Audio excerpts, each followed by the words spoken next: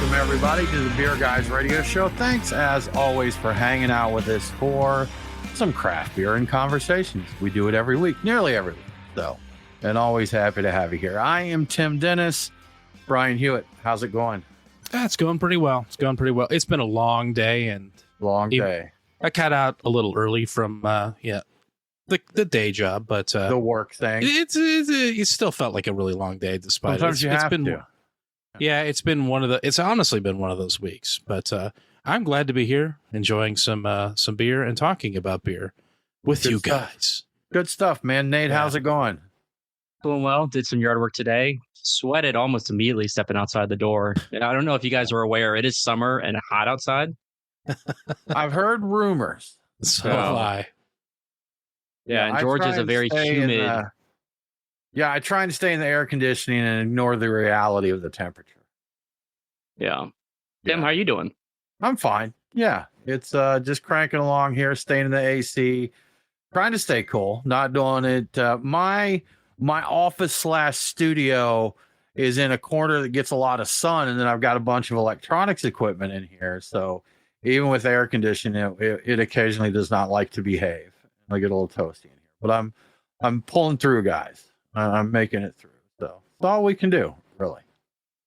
Yeah. Exactly. Well, guys, jumping right into it. One thing we mentioned, we're going to get into a little spoiler. This is our Christmas beers in July episode. For those that are watching the live stream, we are still in July, just with the timing of it. The actual podcast is going to drop on August 1st.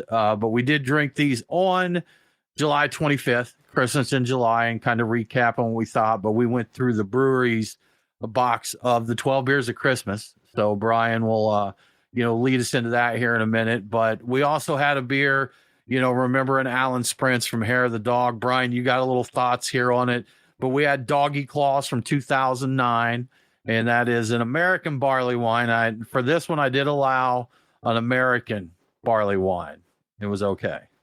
Once you age it for enough time, like the hoppy edge to it kind of goes away. I don't know how Alan Sprints was uniquely capable of making beers that held up exceptionally well with time. Now, it probably helps that a lot of his stuff was double digits ABV, so I'm sure that's part of it. But honestly, we got into this as kind of a tribute and just kind of a special thing. This is the oldest of all of the beers that I bought from them when they were closing up shop. And honestly, it's kind of hard to know when to open a thing like this, but this week seemed like the right week. But 11.5% ABV American barley wine. Great ratings on Untapped if that appeals to you. I think it was phenomenal. I thought it did really well. But the official blurb for it is Doggy Claws is a barley wine made in the West Coast style, so American IPA. Back when you specified that as West Coast. But anyway, big malts and hops make this copper-colored ale one of the most popular products that they have.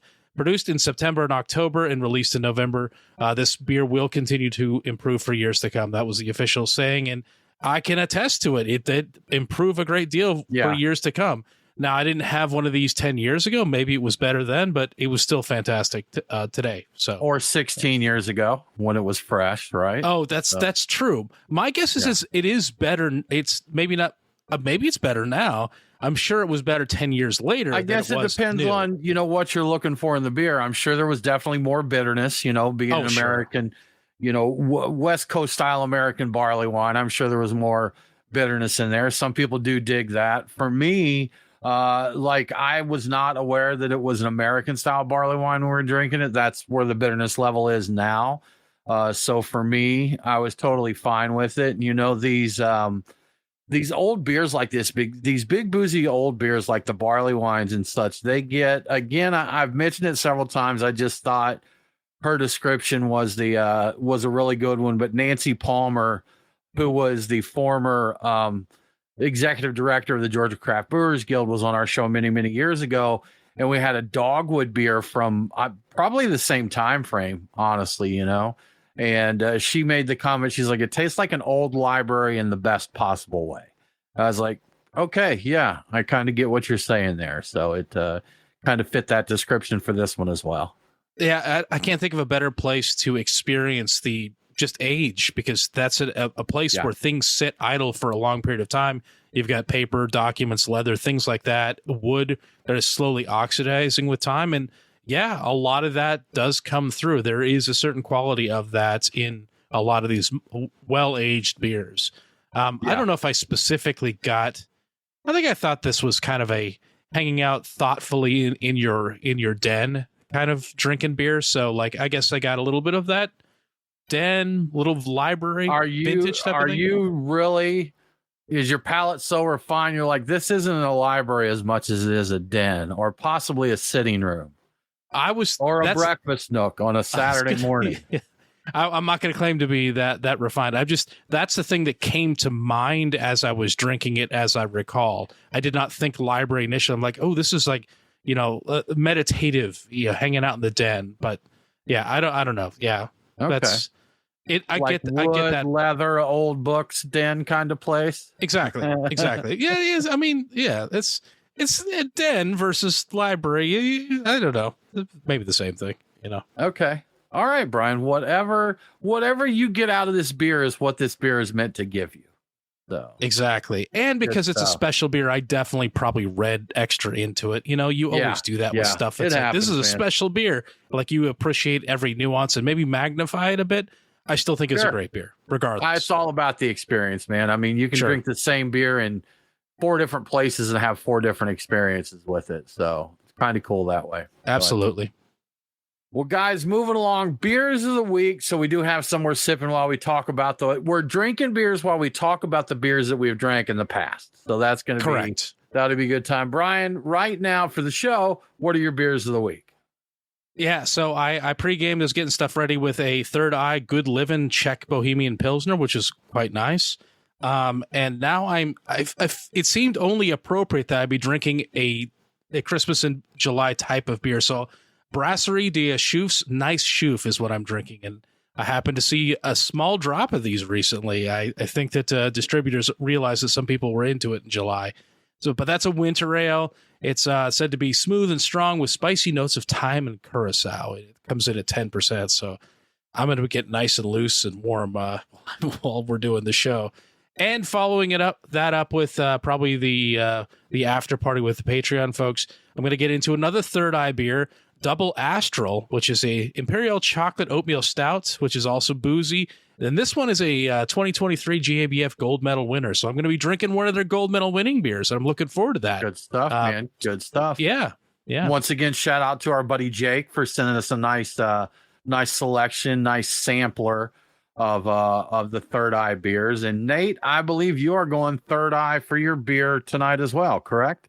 Oh, yeah. One of the perks of having you boys over at the house for the little clubhouse studio thing that we have going on is I get to get some of the beers that get shipped out to you guys. And so, yes, I'm also drinking the Third Eye Good Living Pilsner. And I agree, Brian, this is a very good beer.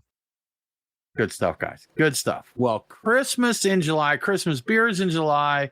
We're going to dive into this. Brian has gathered some data on Christmas in July. We didn't just make it up to drink beer, although we would be known to do something like that. But there are places that kind of, I don't know if celebrate's the right word. Maybe it is. Maybe it's a little stretch there. Just like anything retailer snack, grabbed onto it. I think it was Macy's did a Black Friday in July and a couple other places doing it. So, of course, people, they try and take advantage of it there. But there's a little something behind it. Brian, what's the scoop on Christmas in July? I definitely just only heard of the phrase, never looked into it. And I'm like, well, I'm just doing beers based on this concept being a thing. But yeah. So, though Christmas in July sounds like something that a marketing department cooked up in the past like 20 or 30 years, it's been around a lot longer than that. According to Southern Living magazine, Christmas in July began in 1933, if you can believe it, at Keystone Camp in Brevard, North Carolina. Its creation is credited to the whimsical spirit of the camp's co-founder, Fanny Holt. And it was a whole thing back in 1933. They did Christmas carols, they decorated trees, Santa was there, cotton snow, and gift giving, the works. And the camp is still around, and they still celebrate it to this very day. A lot of people wonder why it wasn't Christmas in June, because that's 6 months in. That's like halfway through the year. Well, here's the thing. The kids weren't at camp in June, so you had to do it in July.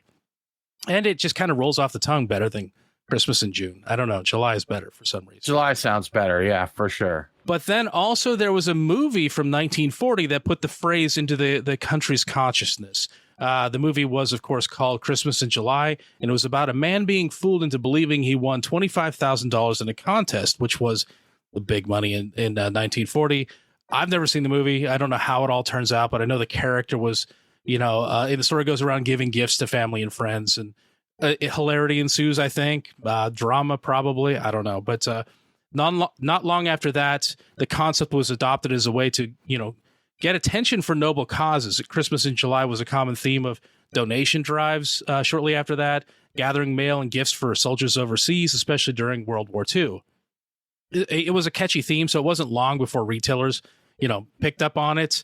And that eventually led to things like Hallmark Channel having their annual Christmas in July winter rom-com marathon that you may have seen. Like, if you ever look at, every now and then I'll look at things on like Apple TV or whatever, like recommended movies or popular movies. Suddenly in July, there's a huge spike in Christmas movies, and I never really put it in my head until recently. What's going on with that? But other things like Great Lakes Brewing Company famously celebrates Christmas in July every year. They even release their a small amount of their Christmas ale for the event, so they release a little bit of that.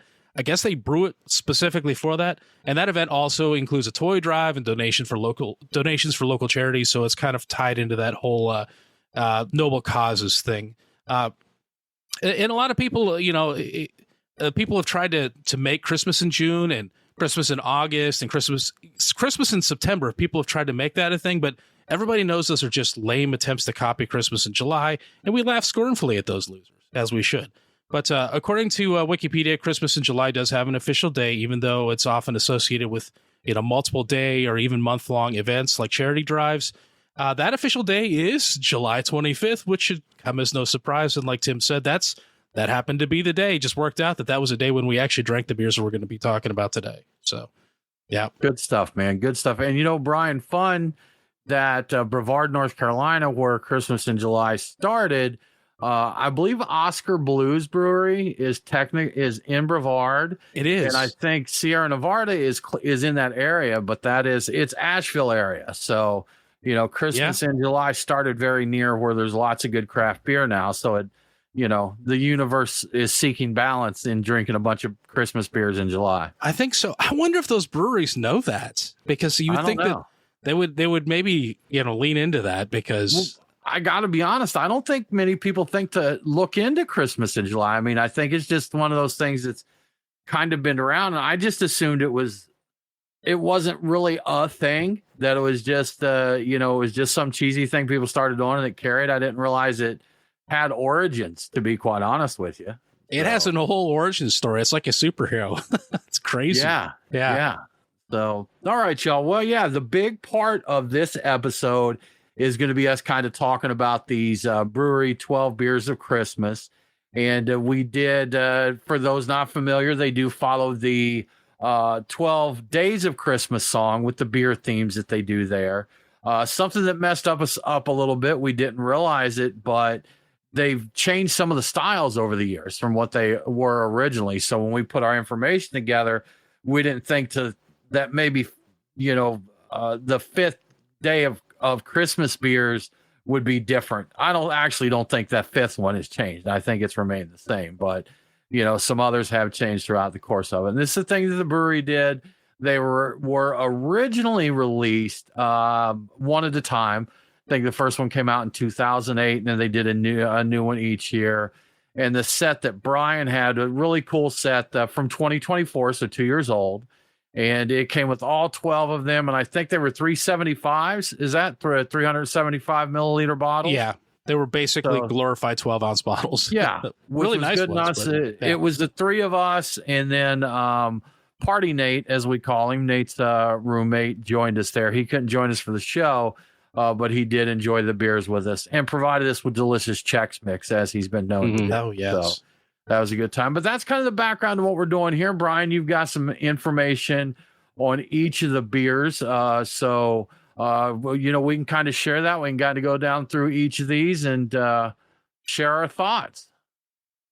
Yeah. So you want the stats on it? Like we got the average ABV of these beers is about 11%. So they're boozy animals here.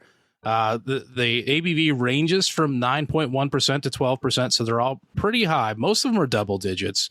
The lowest is 9.1%. That's 7 swans of swimming. And the highest appropriately is 12%, which is 12 drummers drumming. I went through and looked at the average untapped rating just to see what that is. And for the 2024 release, which is different from the original, the average rating was actually a little higher. It was 3.96. The highest rated was 12 drummers drumming with a 4.04 rating, and the lowest was 5 golden rings, interestingly. And we'll find out why that's interesting later, with a 3.86 rating.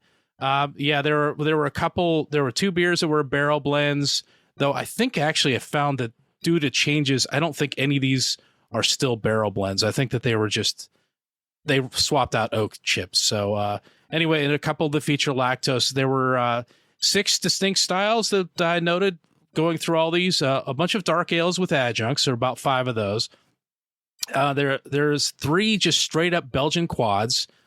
One of them might be a slight blend. I think that last one still has a little bit of a blend, but it's mostly quad. There's a golden ale, there's an imperial milk stout, there's a dark imperial wit, which I think is meant to be a wassail, and there's a Scotch style ale. And that's the overall on them. Okay. And Brian, you did share before we drank these that of course, you can drink them in order. Yes. But there was also a palate optimized order, which took them out of numerical order. And Brian, I appreciate that you know me so well that you realize doing them out of numerical order would literally give me a heart attack. So, we knew that the palate optimized order existed, and it was not even made a consideration for our tasting because I just could not have handled that. Yeah. But if you choose to do the palate optimized order, if you're a crazy person that can do a list of things numerically, not in numerical order, which is weird, I'll just throw that out there, first of all. But if you wanted to do that, the suggestion is starting with the 5 golden rings, which is a bright golden ale there. Next one would be the 7 swans of swimming, which is the lowest ABV beer out of the set. The 3 French hens. Brian, I think, am I quoting some wrong info here? I thought you had said earlier that the 5 golden rings was the lowest ABV. Did I hear you wrong? Maybe I'm wrong. No, I think 5 golden rings is actually the highest. Not the highest. The lowest ABV is still 7 swans of swimming. I was out. Yeah. So 7 swans of swimming, lowest ABV. Then you're going to go to 3 French hens, then 10 lords of leaping, then the partridge in a pear tree, 4 calling birds, 11 pipers piping, 9 ladies dancing, 6 geese a lane, 8 maids a milking, 2 turtle doves, and then 12 drummers drumming, which is the highest ABV and your barrel aged finale for your absolute insanity that you go through. I just enjoyed the chaos of you reading them in a completely random sounding order. It was painful. This was a growth experience for me, Brian. Sometimes you got to step into uncomfortable territory. Deep breaths, Tim. You made it through it. But we did do them in numerical order, so we'll start with that. And of course, we started with the partridge in a pear tree there. And Nate, you want to get us kicked off and share your thoughts on the partridge there?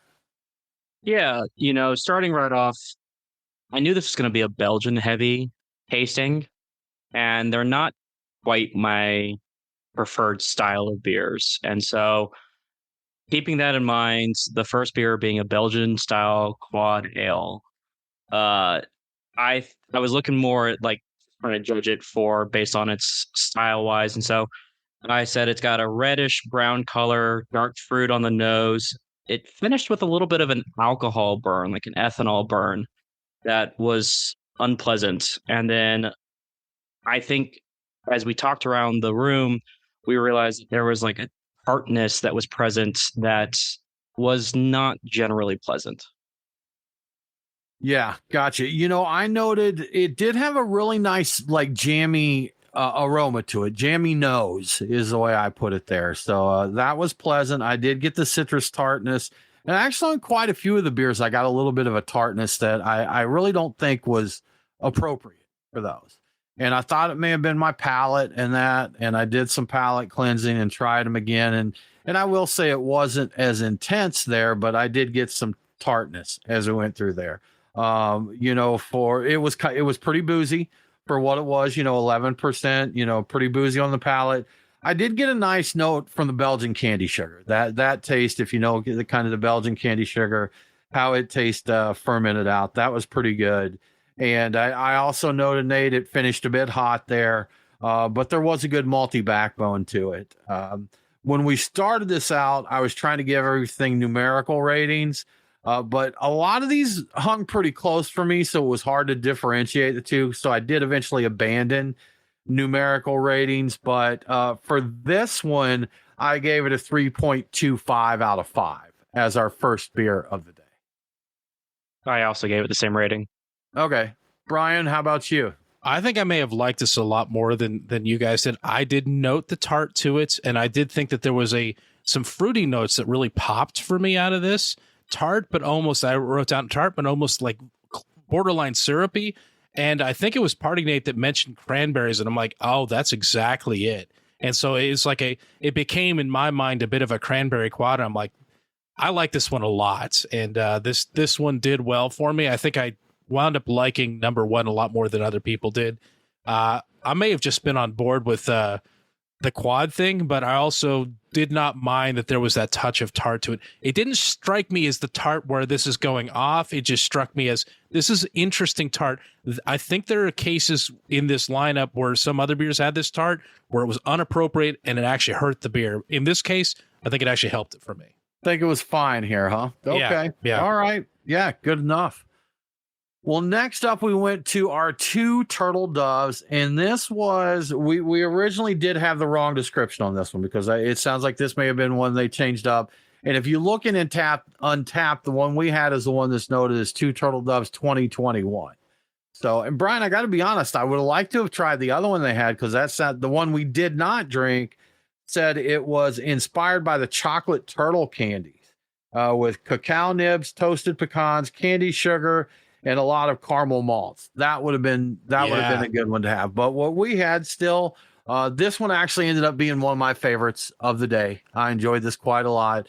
But this one was a Belgian ale with orange peel and spices. So it had ginger, cinnamon, clove, nutmeg, and really you got a nice spicy blend there. From the Belgian yeast, had some esters that really played into it well. Definitely tasted the orange peel, and I think everything came together pretty well. I got a little Belgianed out by the time we made it to the 12th day, but on this one, I really enjoyed it. That Belgian character was really good. Enjoyed that. So 2 turtle doves. I did give it a 4 out of 5 at the time. I'm also in numerical ratings when you're on the front end of the list. I try and be a little reserved to see where we go from there. So that one got 4 out of 5, but it did end up becoming one of my favorites of the day. Yeah. Makes sense. I thought that in this case, I noted that I didn't end up liking it not more than one. One I really enjoyed once I kind of keyed in on particular aspects of it. But I did notice that this one didn't finish as hot as number one, which was nice. That was actually a positive thing. And that orange is a very nice, like, finishing note that kind of, it was quite enjoyable. So I like this one. I thought this one was pretty good. I don't have a lot more to say about it. I do kind of wish that it had been the original. It's kind of disappointing to realize you got something that this isn't what the original was, because the other one, like that chocolate turtle candy, would have been cool. Sounded good, didn't it? Yeah. Brian, Nate, what are your thoughts on 2 turtle doves? Yeah, so I agree with Brian. I think I actually agree with both of you. I think we were all excited and disappointed that this beer was not what we had printed on the page. Actually, I've got Party Nate's notes in front of me as well, and looking at his notes in relation to mine, we rated this beer the same, 3.5 out of 5. And we both said that the spices were definitely there and that the orange was subtle. And so I noticed the orange at the tail end of drinking through it. But as far as the spices go, it definitely was a spiced with a whisper of orange. Just a whisper. Just a little whisper. Yeah, tasty beer all around. Well, guys, next we move to Three French Hens, and this one was a Belgian style dark ale. 75% Belgian style dark ale and a 25% of an ale aged in French oak barrels. So they said that the finished blend was a bold and spicy concoction that rises above the pecking order to establish its own unique place in the 12 Days of Christmas series. So with this one, you know what, there was not a lot of this one that stood out to me. I did note kind of darker malt presence in this one for me. I got that tart fruitiness again in this one. That knocked it down some for me. I didn't care for it in this particular beer. So, you know, that was something. Overall, I didn't have a lot to say on this one. I thought it was okay, and I ended up giving it a 3.5 out of 5. Yeah, this ended up being of the first three, my last place one. I noticed the tart. It did not play as well in this beer. Like the light fruity tartness didn't work in this one as well. I did get the woody aspect to it. It was quite nice. And I just thought the body in it was just kind of on the light side. And I had a note in here. I think I made this early on, but I think it may have been one of the lighter bodied ones, like perception wise, that we had. So Three French Hens, I think it's 10%. So it's a little bit, it's actually a little lighter than the other one. So it would make sense that it might be perceived as a little bit lighter body, but yeah, this one was fine. My kind of shooting from the hip rating on this was about a 3.5. So, you know, Fair. Yeah. Yeah, I don't really have anything new to say. I definitely tasted smokiness. So did Party Nate. We both agreed on the lighter body, and we both agreed 3.25 out of 5. There you go. Enough said on that one.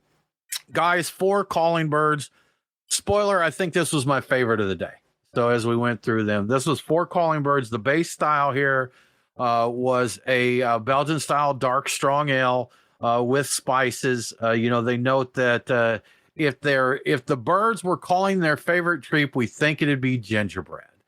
So this is a gingerbread inspired ale, and it was giving gingerbread, as they say. You know, you got those spices in there. They noted the molasses, bitter chocolate notes, dark fruit notes, banana bread, licorice.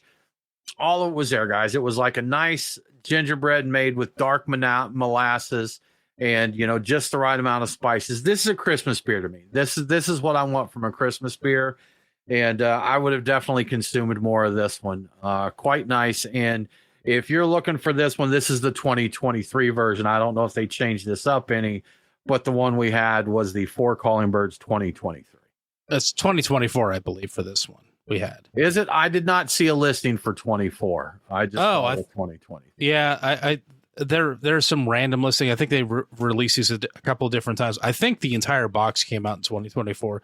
Possible that the beer itself was brewed earlier than that, but I think they were all the recreation of that year. But gotcha. I agree. I like this one a lot. It was hard for me to decide between this one and number one. They were both tied, and they remained tied the entire time because there were aspects I really liked of the first one, and then I also very much like this. And you know what? I decided I would wait at the end and see if it mattered if I decided which one I liked more, and it ended up not mattering so much. It's kind of giving a little bit away, but yeah, nice gingerbread spices. It actually, I found this numbed the tongue a little bit. It had some nice boozy heat, but it was pleasant. It wasn't a bad thing.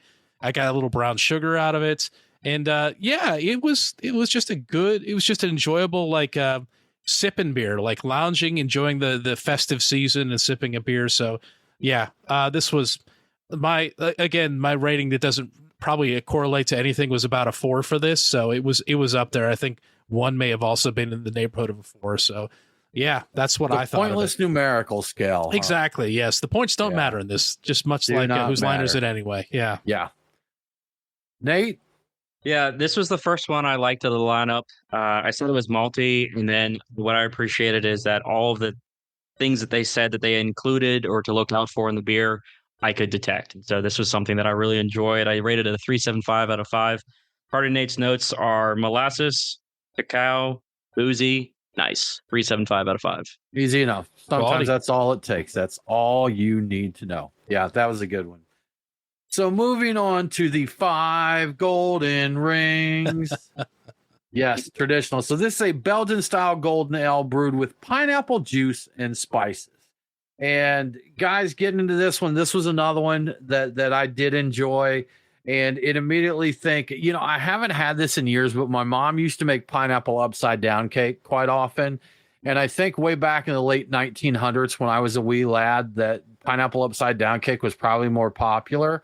But it was cool to make it. I helped her make them. And, you put all the toppings in like the bottom of a bundt pan and you pour your cake batter over that and bake that. So when you invert it out, you have it there. So you build it upside down. So Brian, if you didn't know that, I know you're not a cookery type of person there. So, but that was it. So yeah, I definitely got those flavors in it. It was delivering that pretty well. You even got like when you do a pineapple upside down cake with the sugar and stuff that you put in the bottom, that becomes caramelized when you cook the cake. So, there was some caramelization in this from it, like you would take if you had like pineapples Foster, Brian, like if you'd taken pineapples and cooked them up bananas Foster style, that caramelization that you would get on there, kind of that flavor.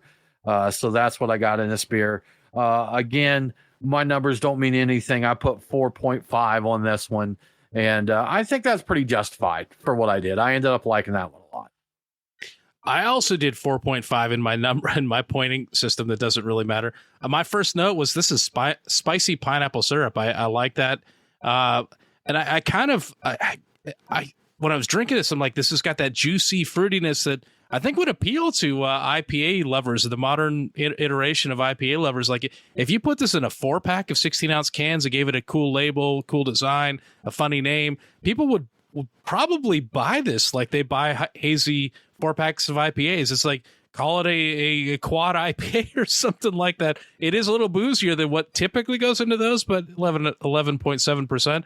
I think this might appeal to people if they thought about it a little differently, but I like this a lot. I thought that was good. Nice ginger to it, some nice heat, some nice spices. I wrote this down. I think Party Nate may have been the one that says it, but I really like it. It tastes like summer. It feels like Christmas. It's great. It's a great beer. 4.5. This immediately went to the top of my list. I'm like, I really like this a lot. So yeah. What do you think, Nate? Yeah. So this one was rocketed up to the top of my list as well. And I said that I got pineapple in the beginning and the end of it, ginger, allspice present. One thing, Tim, you mentioned the caramelization. I definitely started, as I drank more of it, I definitely started thinking that it was drinking more like a golden ale, not a golden ale, I'm sorry, a golden stout or like a white stout. So, sometimes you get like that malty roastiness out of using light malt, but it's a high ABV. This one was incredible. And I still was a little conservative on my rating. I didn't rate it 4.5, but I rated it 4.25. Looking at Party Nate's notes, he also has 4.25, and he's got pineapple on the nose, juicy, no tart, allspice, very ginger. Very ginger. Very ginger. Good stuff. Yeah, but overall, that one was really nice. Yeah, for sure, guys. So, I know 5 golden rings is the normal kind of break point in the song, but I feel like we need to go to the midway point here. So we're going to move on to 6 Geese a Lane. I feel totally off in doing this. I don't know where to go, but we're going to go there. So we go to 6 Geese a Lane, and this is another Belgian-style dark ale brewed with Cape gooseberries. And guys, another one in a row for me, another one I enjoyed. And I do not want to know what a Cape gooseberry tastes like, but I did get a berry, kind of a fresh tart berry, but different than the tartness that I got there. If it makes any sense, if you know kind of what a tartar berry, like a white grape kind of thing, So okay. Again, I don't know my Cape gooseberries. I could be talking, out the other side of my head here, but the beer had a very good mouthfeel. I thought the maltiness was really nice on this. I did get the fruit. It had to be gooseberries, I guess, in there, but all in all, it came together really well. And this one I gave a 4.25. I enjoyed it. I was in the same neck of the woods. I think I started messing with the ratings to try to make them fit my order. I was keeping track of the order. I'm like 4.15. I'm like, that was probably a 4.25 originally. But anyway, yeah, fruity. I got the berries happening. That mouthfeel you're talking about, like coat the palate, just kind of like with a richness. It was really nice. I thought I wrote that it had depth. It was had nice plum and jam qualities to it. Warms the insides. Like, this feels like what you would drink maybe in an overstuffed chair in your den while the snow is falling outside, maybe smoking a pipe or something like that. I wrote as a quote in here, I'm not sure if it was mine or somebody else's, I think it was mine, that it was a meditative, slow, thoughtful sipper. And I like this one a great deal. 5 and 6, the 6 geese laying, both really, really great ones, and may have been the high point in the tasting for me. So this hit the number 2 spot for me at this point after 5 golden rings. So these guys took over. Yeah, I agree with you, Brian. This Geese Lane definitely became my number 2 beer. I gave it a 4 out of 5. I definitely thought that it was a thoughtful, slow sipper. This was something that as we moved on beyond the actual general tasting, I was definitely reaching for the bottle, getting a second and a third taste of this beer. Yeah. Good stuff, guys. All right. We're at the halfway point, Brian. I believe this is a fantastic time to take a quick break and give a shout out to our sponsor. I'm surprised you didn't stop at 5 golden rings. I get why you didn't. I know. But I know, man. I had to make decisions there. Decisions had to be made. We had to go with math over the traditional breaking. That's correct. Point. Yeah. Yeah. So while you're not likely to see any of the beers we're talking about today on tap at Truck and Tap right now, don't worry. You can still find some great beers that will warm the cockles of your heart and get you into the Christmas in July spirit any time of the year. I am, of course, talking about those big, juicy stouts and the rich Belgian quads, or Belgian ales. Sorry, not quads this time. So let's get into that in a little thing I like to call my Truck and Tap beer picks for the week. At Truck and Tap Woodstock, I'm going with Speedway Stout, Salted Caramel Brownie from AleSmith. It's one of the 2 booziest craft beer options available right now at Truck and Tap. And if it doesn't fill you with the Christmas in July spirit, nothing will. It's a 12% pastry stout with a decadent combination of cocoa nibs and cocoa powder and Madagascar vanilla beads, fleur de sel sea salt, which I think means flower of the sea. Anyway, flower of the sea, sea salt, and artfully roasted coffee. They call it the ultimate dessert in a glass, and that, what else says Christmas in July but a dessert in a glass? At the Duluth location, I'm getting Reformation's Cadence. At the moment, it's as close as we can get to a proper Belgian winter ale or a Belgian quad. And I think it's going to do the trick. It's going to give you some of the rich, dark fruit and caramel flavors that you'd get from a good Belgian winter ale, minus the ABV and some of the spices. But hey, since it's not too boozy, maybe you can spice it up with a little shot of something, maybe a spiced spirit, a little cinnamon whiskey or schnapps or something like that, or an Amaro. And you've got some Boilermaker opportunities here. Again, it's not too boozy, so you're not going too crazy with that. And at the Truck and Tap Alfredo, my pick is Cordial, offering all of the chocolate from Edmund's Oast, which is another pastry stout with tons of chocolate and some vanilla to keep all that chocolate in line. I have recommended this one before, and you're probably thinking there's no way that's still on tap, but it is. Truck and Tap knows what's up. It's popular. They got more kegs, and it's actually on at more locations now than it was when I first recommended it. So people are drinking this. They're enjoying it, so they're putting it on all over the place. And finally, at the Lawrenceville location, I'm going with a perennial favorite from New Holland, Dragon's Milk. It's basically a chocolate milk, but if chocolate milk came from a bourbon barrel and it gave you a warm internal glow. I seriously forgot this stuff was sitting at like 11%. It's crazy how boozy it is. But its 3 month stay in a bourbon barrel means you'll taste notes of vanilla and oak from the barrel, in addition to the coffee and chocolate from the beer. There's a reason this has been so popular for so long. So get out there and have a beer or two. As always, if you'd like to see the full tap list before stopping by, and I definitely recommend you do that, take a look at truckandtap.com. The taps do change quickly, and you never know what great new beer might go on and which of these might sell out. And if you'd like to see what the food trucks are serving and what events are happening, trivia, karaoke, live music, etc., you can find that at truckandtap.com as well. Everything you need to know can be found at truckandtap.com, so check that out. And thank you to Truck and Tap for your support. Thank you, Truck and Tap. We appreciate it as always.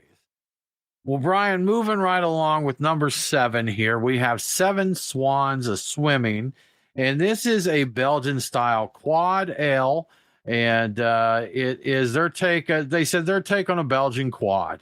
So this one, guys, you know what? This one was just kind of mid-level for me here. I thought it was. I noted it was a nice classic Belgian quad. There was nothing about this that stood out for me. I think especially coming off a few that I really liked there. But that is my review on this one. This was a decent Belgian quad.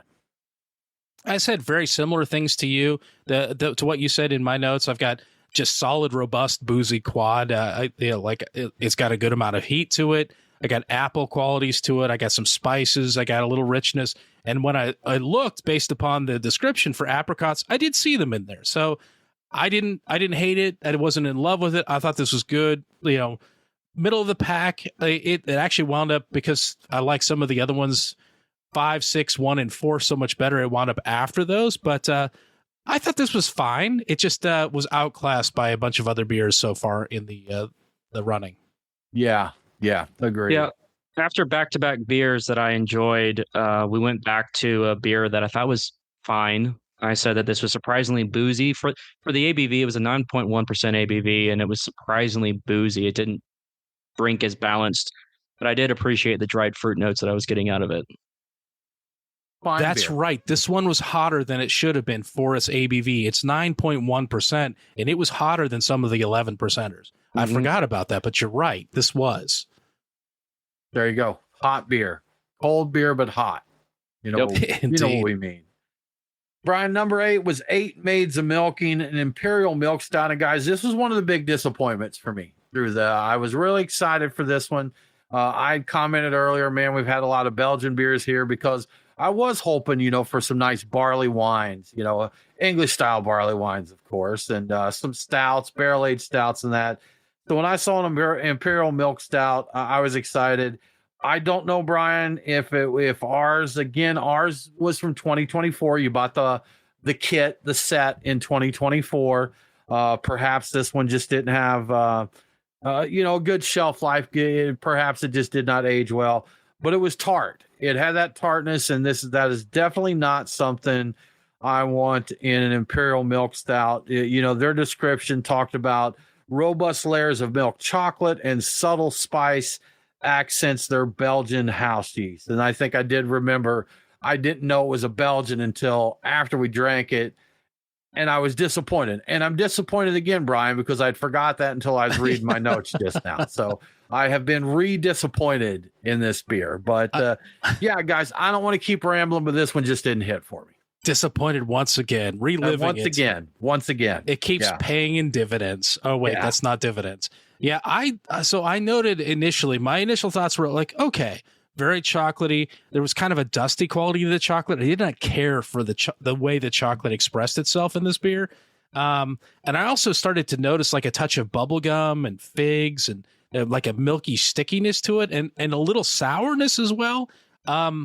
I think this may have been a casualty of time. Honestly, I don't know for a fact, but it kind of, all of that seemed out of place. And I wrote that the more I drink this one, the more I dislike this. So this one dropped right to the bottom of my list, and I gave it a rating. But honestly, I don't even know why I bothered, because like whatever my lowest rating was, it would be that's it. Point 10 under right. that. So yeah.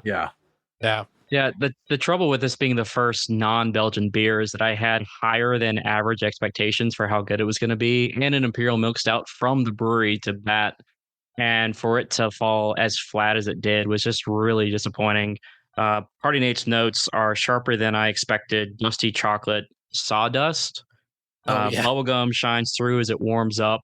And honestly, this, when chocolate is not made well, it gets a little crumbly. This tasted like a crumbly chocolate milk stout, and it just wasn't I didn't think of good beer. Okay. Yeah. Fair enough, guys. This one just didn't hit for us.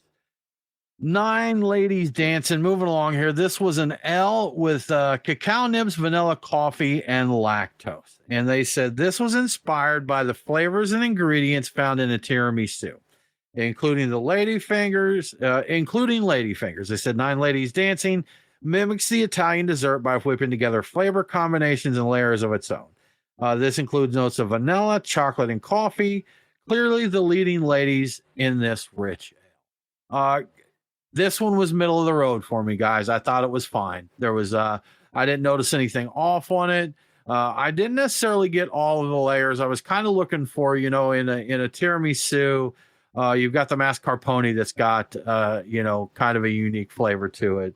And I didn't necessarily get that. I thought this was fine. It didn't excite or impress me, but it was a fine beer. I like this one a lot compared to some of the other ones. It ran towards the top of my list almost immediately.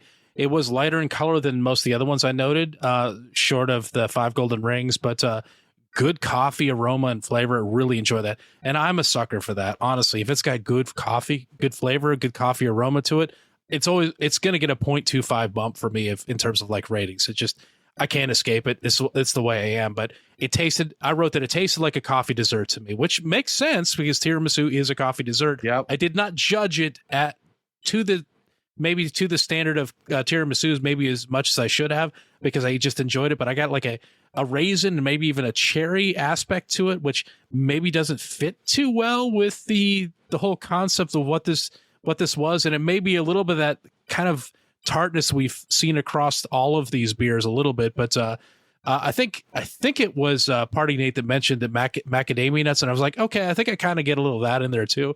But yeah, it's straight up a coffee pastry stout, and it's really good. This was like at this point, it was like it jumped to like my number 2 spot. I really enjoyed this. I thought this was good. I was hopeful for this, and I was glad that this is the second lactose beer in a row from them. And actually, there was only 2.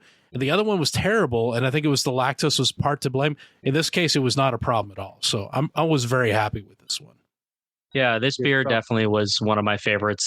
This beer, not that we're like really paying attention to the ratings too much, but this beer jumped into my top 3. I really appreciated that the adjuncts came through. Each of them came through really well.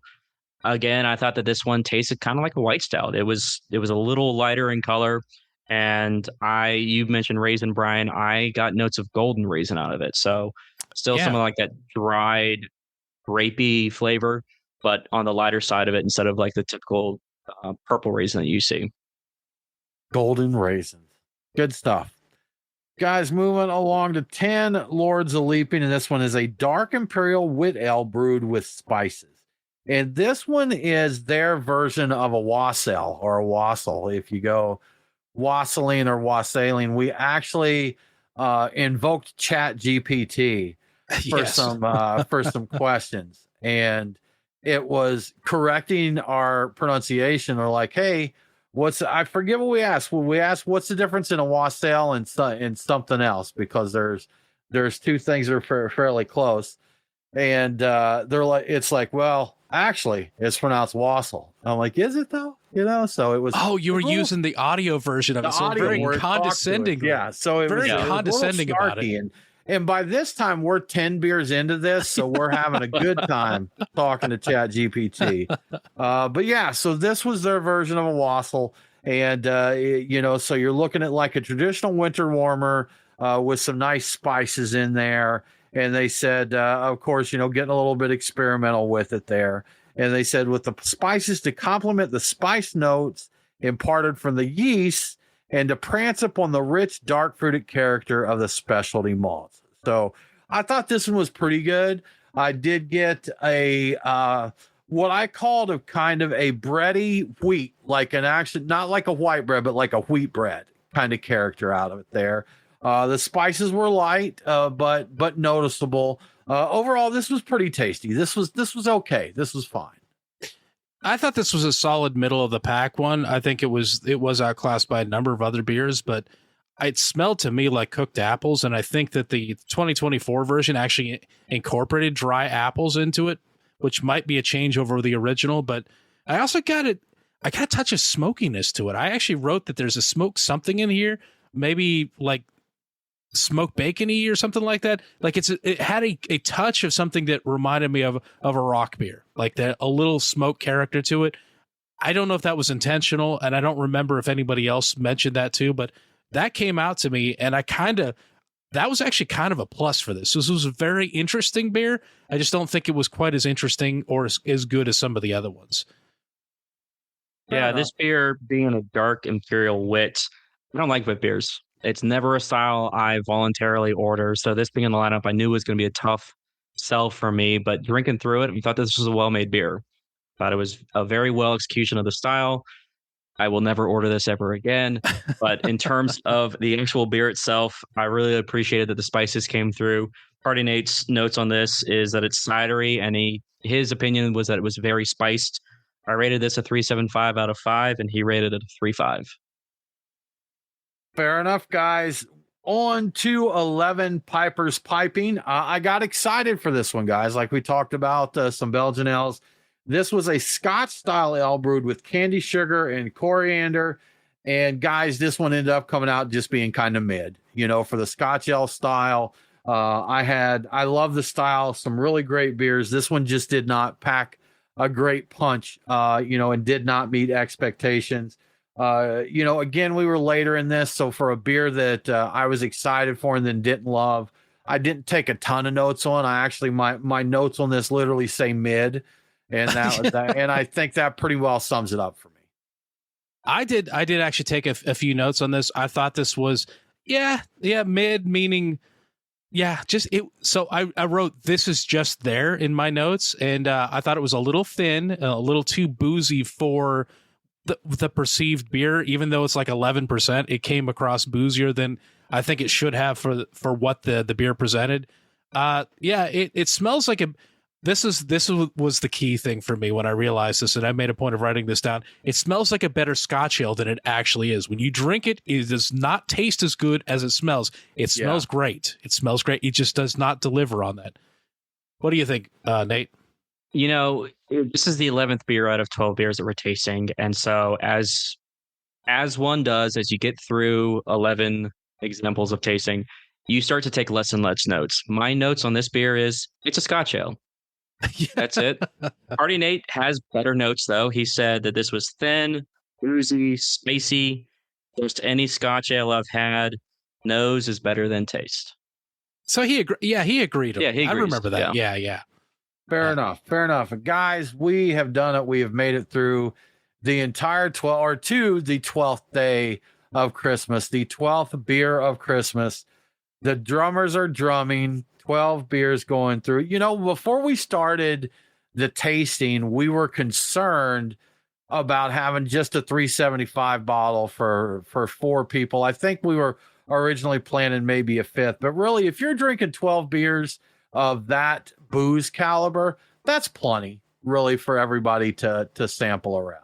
So, it worked out well. We all got to enjoy some. And I think we had, I believe after I left, guys, you made a grand cuvee with all the leftovers there. So, but anyhow, 12 drummers drumming. This is 80% Belgian-Style Quadrupel ale and 20% old ale aged in bourbon barrels.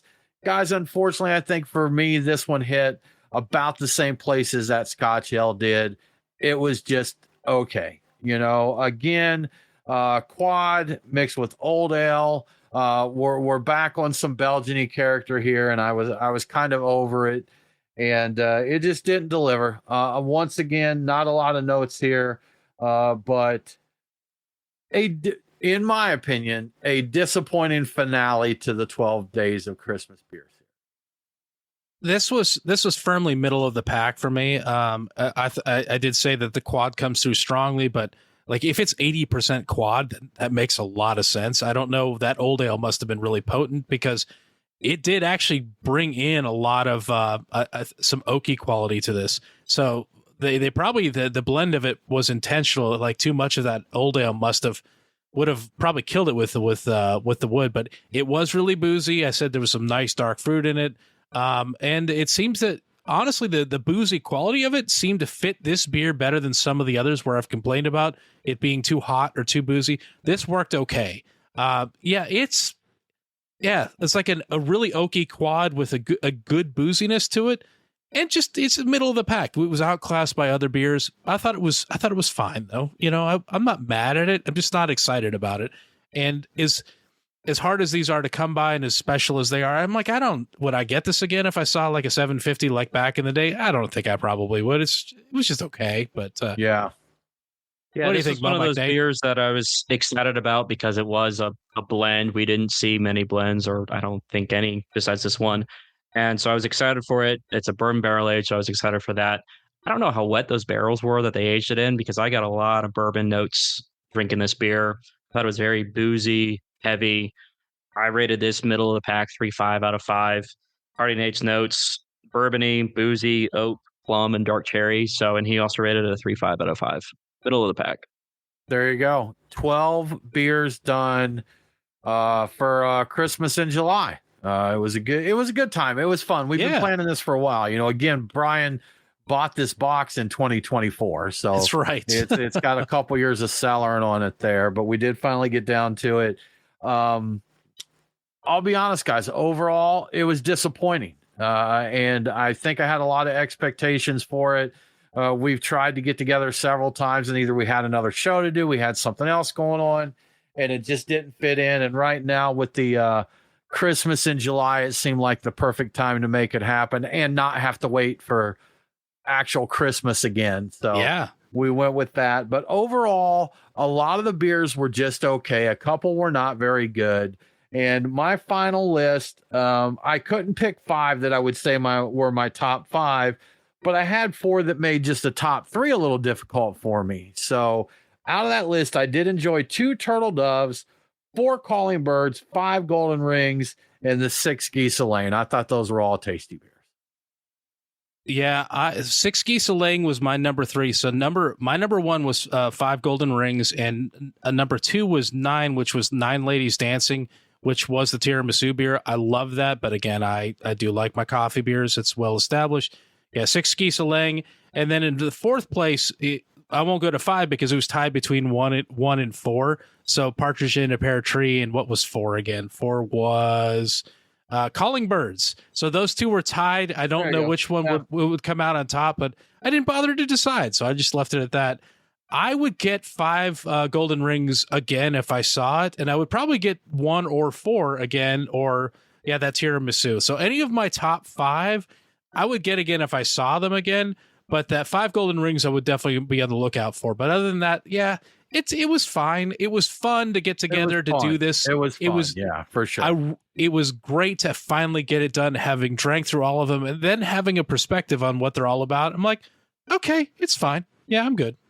Sure. It's, I mean, I can't argue that, Brian. That was a fun thing to do, to sit down, to share through the whole Christmas set. Because I remember when these were coming out, and you'd find either the current years or maybe you'd find like the one from the previous year of that. Yeah. But to get to sit down and crack them all open together, that was fun for sure. That was cool. Yeah.